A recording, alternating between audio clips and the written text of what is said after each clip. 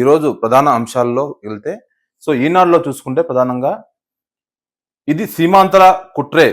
ఏదైతే జమ్మూ కాశ్మీర్‌లో జరిగిన కుట్ర ఏదైతే మొన్న 2 రోజుల క్రితము ఉగ్ర దాడిలో 26 మంది చనిపోయారో దానిపైన భద్రతా వ్యవహారాల కమిటీ సమావేశంలో పాల్గొన్న ప్రధాన మంత్రి మోడీ, రక్షణ శాఖ మంత్రి రాజ్‌నాథ్ సింగ్, హోంమంత్రి అమిత్ షా జమ్మూ కాశ్మీర్ అభివృద్ధి సహించలేక ఉగ్రదాడి, హంతకులు భరతం పడతాం, సూత్రధారులను దోషులుగా నిలబెడతాం.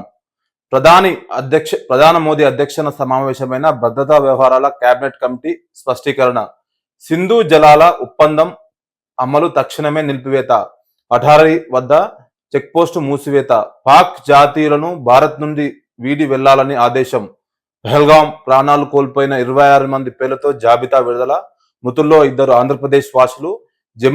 జమ్మూ కాశ్మీర్ నుంచి వెళ్లిపోతున్న పర్యాటకులు, ముష్కరులను కఠినంగా శిక్షిస్తామన్న అమిత్ షా. 2 రోజుల క్రితం ఏదైతే పహల్గాంలో టెర్రరిస్టుల దాడిలో 26 మంది భారతీయులు చనిపోయారు. అందులో 25 మంది భారతీయులు ఉండగా ఒకరు నేపాల్ దేశస్థుడైన టూరిస్టులు.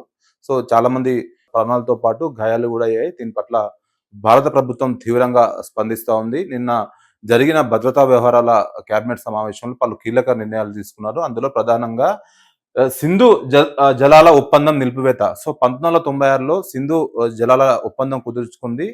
భారత్ నుంచి సింధు జలాలు, చైనాలో సింధు జలాలు పుడతాయి. అక్కడ నుంచి భారత్ నుంచి పాకిస్తాన్ వెళ్తాయి.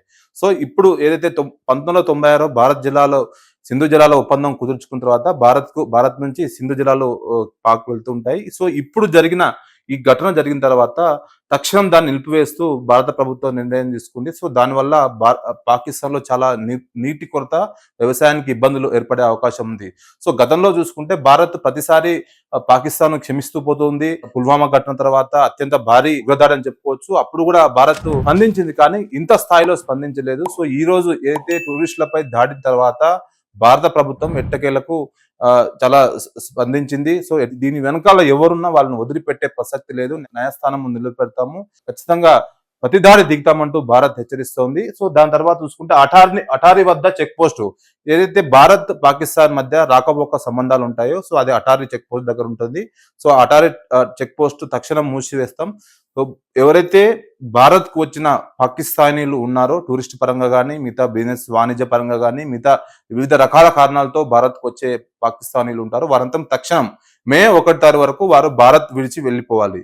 ఏదైతే పాక్ అంబాసిడర్ ఉంటారో న్యూఢిల్లీలో, అతను కూడా తక్షణమే వారం రోజుల్లో ఖాళీ చేసి వెళ్ళిపోవాలంటూ భారత్ హెచ్చరించింది.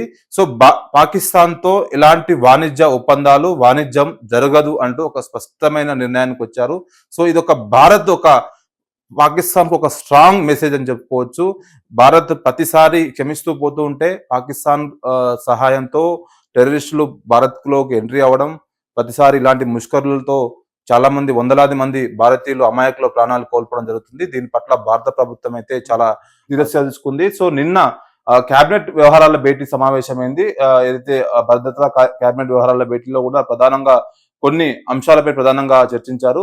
నేడు అఖిలపక్ష భేటీ సాయంత్రం 3-4 గంటల్లో ఈ అఖిలపక్ష భేటీ ఉంటుంది. ఆల్ పార్టీస్ అంటే ప్రతిపక్షంలో ఉన్న అన్ని పార్టీలను పిలిచి కేంద్ర ప్రభుత్వం జరుపుతుంది. ఎలా ముందుకెళ్దాము, ఈ ఘటన తర్వాత ప్రపంచం ముందు పాక్ ను దోషిగా నిలబెట్టాల్సిన అవసరం ఉంది. ఇప్పటికే ప్రపంచ దేశాలని ఈ ఘటనను తీవ్రంగా స్పందించాయి.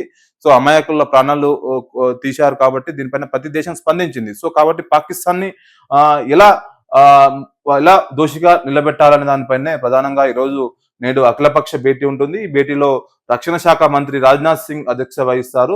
మిగతా కాంగ్రెస్ పక్షాలు, అదేవిధంగా ఎవరైతే మిగతా పక్షాలు ఉన్నాయో వారందరినీ కూడా ఈ అఖిలపక్ష భేటీకి పిలిచే అవకాశం ఉంది. పాక్ ఆర్మీ చీఫ్ ఉషగొల్పారు అనే క్వశ్చన్ మార్క్ ఉంది. ఉగ్ర దాడులకు పాల్పడిన ముగ్గురు ఫోటోస్ ఏదైతే ఊహా చిత్రాలు విడుదల చేశారు. వీళ్ళు ముగ్గురు ప్రధానంగా ఉన్నట్టు తెలుస్తుంది.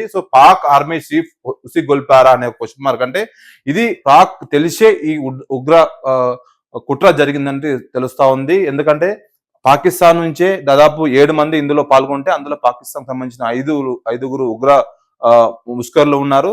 మిగతా ఇద్దరు కాశ్మీర్ సంబంధించిన లోకల్ ఉన్నారు. కాబట్టి ఖచ్చితంగా పాకిస్తాన్ సహాయంతోనే వాళ్ళు భారత్ లోకి ఎంట్రీ ఇస్తారు.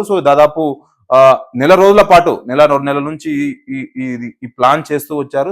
మొన్న 2 రోజుల క్రితము ఆ ప్లాన్ వర్కౌట్ అయింది. ఆర్మీ దుస్తుల్లో వచ్చి ఎలాంటి అనుమానం రాకుండా టూరిస్టుల పైన ఒకేసారి దాడికి పాల్పడ్డారు. సో అమాయకులైన ప్రాణాలు కోల్పోవడం జరిగింది. సో మరోపక్క చూసుకుంటే ప్రధానమైన వార్త ఈనాడులో చూసుకుంటే ఆ కొత్త జంటల్ని చిదిమేశారు. భార్యల కళ్ళెదుటే భర్తను కాల్చివేత, నిర్దాక్షిణంగా వ్యవహరించిన ముష్కర్లు. సో కొత్తగా ఏదైతే ఢిల్లీ విమానాశ్రయంలో లెఫ్టినెంట్ వినయ్ నర్వాల్ భౌతిక గాయం వద్ద విలపిస్తున్న ఆయన భార్య. సో ఈ నెల 16 తారీఖు నాడునే లెఫ్టినెంట్ వినయ్ నర్వాల్ కి పెళ్ళయింది. సో 16 తారీఖున ఆయన అందరికి విందు ఇచ్చారు. సో హనీమూన్ కి ప్యారిస్ వెళ్ళాలనుకున్నారు, కానీ వీసా దొరకకపోవడం వల్ల వాళ్ళు కాశ్మీర్ వెళ్ళారు. కాశ్మీర్కి వెళ్ళిన తర్వాత 2 రోజులు అక్కడ సరదాగా గలిపారు. సో పహల్గాంకి వెళ్ళి అక్కడ ఏదైతే మినీ స్విట్జర్లాండ్ అంటారు పహల్గాం ని. సో అక్కడ ఉన్న ప్రకృతిని ఆస్వాదించేందుకు అక్కడికి వెళ్ళిన తర్వాత ఒకసారి టెర్రరిస్టుల దాడి పాల్పడ్డారు. అందులో లెఫ్టినెంట్ వినయ్ నర్వాల్ ఆయన తుది శ్వాస విడిచారు. సో దాని తర్వాత వాళ్ళ వైఫ్ ని మాత్రం వదిలిపెట్టారు. సో ఆ సందర్భంగా ముష్కర్లు వాళ్ళ వైఫ్ కు ఒక హెచ్చరిక కూడా చేశారు. ఇది మోడీకి చెప్పు వెళ్ళి అని ఒక మెసేజ్ కూడా ఆమెకి ఇచ్చారు. సో ఆమె విలపిస్తున్న ఫొటోస్ మనం క్లియర్ గా చూసుకోవచ్చు. నిన్న ఢిల్లీ ఎయిర్పోర్ట్ లో భౌతిక గాయం పెట్టారు. సో వాళ్ళందరినీ ఆ భౌతిక గాయాలంతా వాళ్ళ స్వస్థతలకు కూడా పంపించారు. సో మొత్తానికైతే మతం పేరిట ఉగ్రదాడి సిగ్గుమాలిన చర్య కిషన్ రెడ్డి. సో ఉగ్రదాడిపై ధీటైన జవాబు ఉంటుంది జమ్మూ కాశ్మీర్ మాజీ డీజీపీ రాజేందర్ కుమార్. సో ఇక్కడంతా కర్ఫ్యూ వాతావరణంగా ఉంది. శ్రీనగర్ నుంచి న్యూస్ టుడేతో మాట్లాడిన ఉమ్మడి మెదక్ వాసులు, అక్కడ చాలా మంది తెలంగాణ వాసులు కూడా చిక్కుకున్నారు. సో వాళ్ళందరినీ తెలంగాణ ప్రభుత్వం వెనక్కి రప్పించేందుకు ప్రయత్నిస్తుంది. సో అందులో భాగంగానే ఈ కాశ్మీర్ పర్యటనకు వెళ్లిన 80 మంది తెలంగాణ పర్యాటకులు.